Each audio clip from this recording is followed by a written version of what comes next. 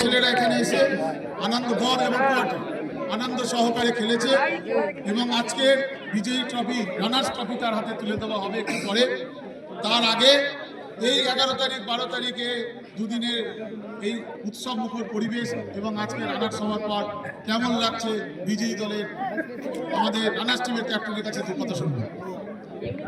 সর্বপ্রথম ধন্যবাদ জানাবো আমাদের আটপুকুর অঞ্চল সভাপতি সত্যের দাকে, জানার প্রচেষ্টা এবং আটপুকুর অঞ্চল যুব তৃণমূল এবং সবাই একত্রিত হয়ে আমরা দল বল নির্বিশেষে সবাই একত্রিত হয়ে যে একটা সুন্দর খেলা অনুষ্ঠিত এখানে করেছে।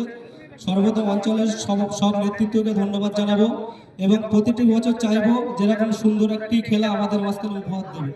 এই বলে আমি আমার সংক্ষিপ্ত বক্তব্য শেষ করছি।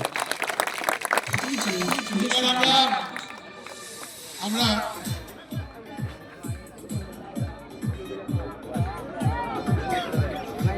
রানার্স টিমের ক্যাপ্টেনকে আমরা runners trophy Netaji Subhash Bose trophy তুলে দেব।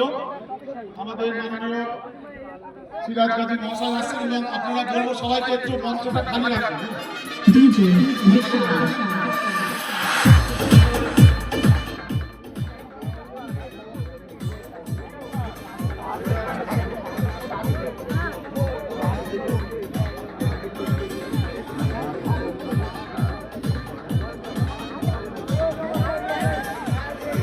আমাদের সর্বসম্মতিভাবে একটা সিদ্ধান্ত হয়েছে এই ম্যাচের এই খেলা নিজের কাঁধে নিয়ে আয়োজক হিসাবে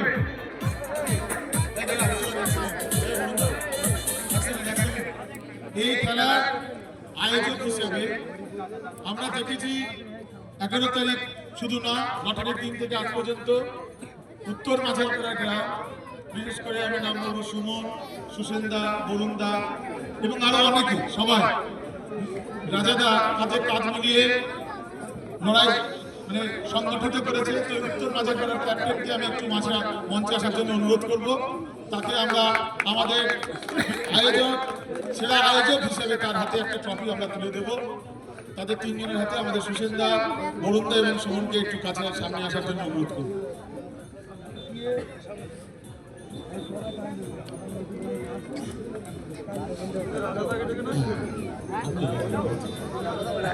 রাজাদা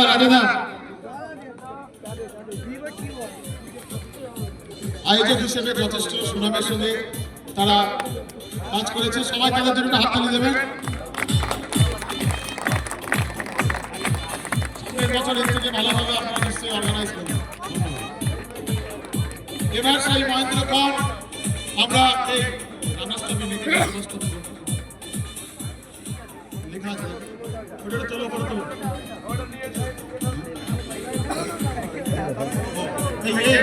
সুশীলদা